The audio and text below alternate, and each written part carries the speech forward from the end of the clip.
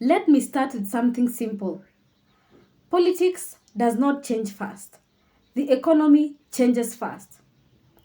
And when the economy starts to hurt consistently, politics eventually follows. That's where Kenya is right now. People feel squeezed, not in theory, not in reports, but in real life. In terms of rent, in terms of food, in terms of transport, in terms of taxes. And when the ordinary people start to feel a lot of pressure, political leaders also start feeling more pressure, even if they do not admit it publicly. That is where economic pain begins to quietly reshape politics. Now, most political debates focus on personalities here in Kenya.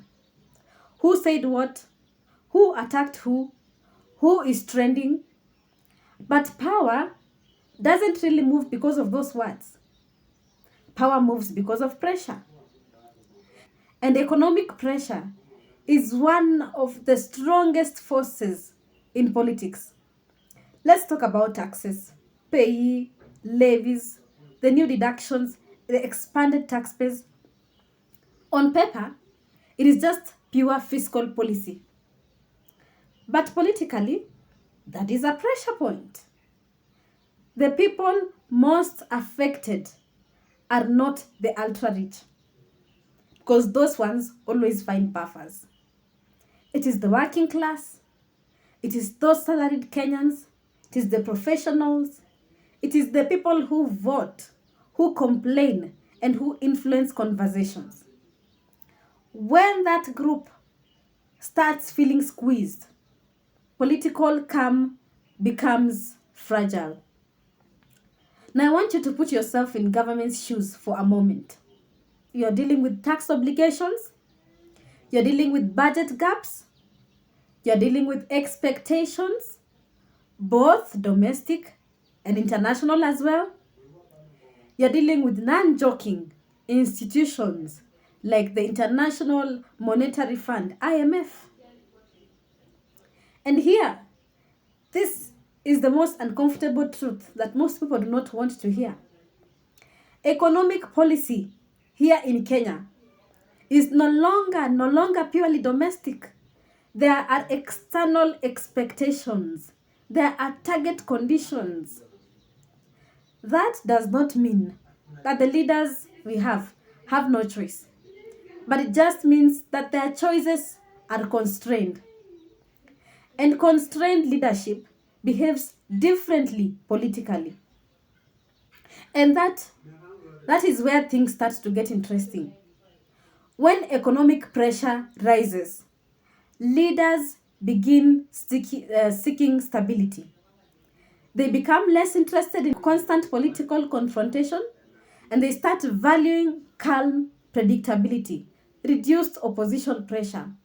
That is why economic stress often leads to political realignment. Well, not immediately, but gradually. Now let's connect this to political behavior. If citizens are unhappy and vocal, opposition starts to gain momentum. If opposition starts to gain momentum, government starts to feel the pressure. If the pressure rises too high, leaders start asking, how do we lower the temperature? Sometimes that answer is the dialogue. Sometimes it is cooptation. Sometimes it is about policy adjustment. Sometimes it's political alliances. And this is not weakness, it is survival. And survival, as we have seen in episode 1, always beats pride. Now look at the current political environment under William Ruto. You have strong economic messaging, strong reform language, but also growing public fatigue. That combination is politically delicate because when economic pain persists, for very long, for too long, even the best political messaging starts to crack. That is where political elites begin thinking long term. They start asking questions like, how do we avoid mass discontent? How do we manage political fallout? How do we secure future electoral visibility? And this is why economic pressure reshapes political behavior quietly. You will see it in soft rhetoric, strategic appointments, unexpected alliances, controlled opposition space. Sometimes you will see politicians who are very loud suddenly become measured. That's not maturity, that is calculation. Now let's talk about parliament for a moment. Economic pressure changes legislative behavior as well. When taxes are unpopular, the MPs feel it directly. Their phones start to ring, their constituencies start to complain, their political survival feels threatened. So you start seeing the pushback, even from people who are technically aligned with the government. Not because they have become rebels, but because political survival begins at home. Figures like John Buddy speak into this space, sometimes economically, sometimes politically, reflecting a wider national tension between fiscal reality and political cost. Now, here is something important. Economic pain doesn't automatically produce a revolution instantly, but it produces negotiation. It produces adjustment. It produces political creativity. Kenyan politics is not explosive. It is usually very adaptive. Leaders in Kenya bend before they break. And bending often just looks like a compromise. This is why you should expect more political recalibration as economic pressure continues. Now let's talk about citizens for a moment.